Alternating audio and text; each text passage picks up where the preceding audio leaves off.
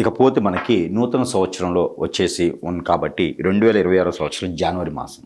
ఈ 2026 సంవత్సరం జనవరి మాసంలో ఖచ్చితంగా డిసెంబరు, నవంబర్ 2025లో జరిగినటువంటి పరిణామాలే ఇక్కడ మనకి వృషభ రాశి వారికి అయితే కనపడుతూ ఉన్నాయి.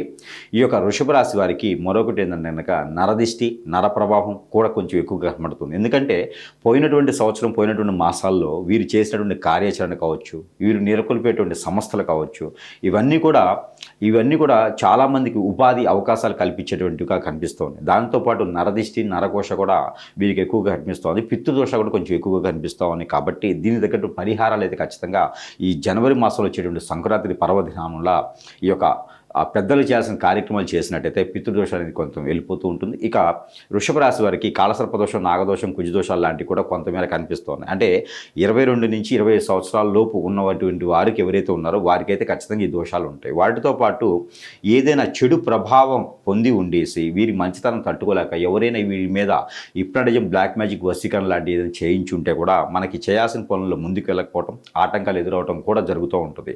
అనుకున్న పనులు ముందుకు వెళ్ళిపోవడం, లవ్ మ్యారేజ్ సక్సెస్ అవ్వడం, అనేజీ ఉండటము, హెల్త్ ప్రాబ్లమ్స్ రావటము, ఇలాంటి ఏదైనా ఉంటే కనుక ఖచ్చితంగా మన మీద ఏదో చెడు జరుగుతుందని అర్థం. కాబట్టి ఖచ్చితంగా ఏదైనా సమీప దూరంలో ఉన్నటువంటి గురువు గారిని సంప్రదిస్తే మనకున్నటువంటి భావోద్రేకానికి కావచ్చు, భావాలకు కావచ్చు, మనకున్న సమస్యలకి పరిష్కార మార్గం అయితే ఖచ్చితంగా జరుగుతుంది. అన్నింటి జాతకాలు అయితే దొరకవు. ఇకపోతే వృషభ రాశి వారికి ఈ మాసంలో కొత్తగా ఏదైనా వ్యాపారం చేయాలంటే కూడా పోస్ట్ పోన్ చేసుకోవాలి. ఫిబ్రవరి 19వ తారీఖు వరకు కూడా మంచి సమయం లేదు కాబట్టి కొత్తగా చేయాలనుకున్న వారు పోస్ట్ పోన్ చేసుకోవాలి.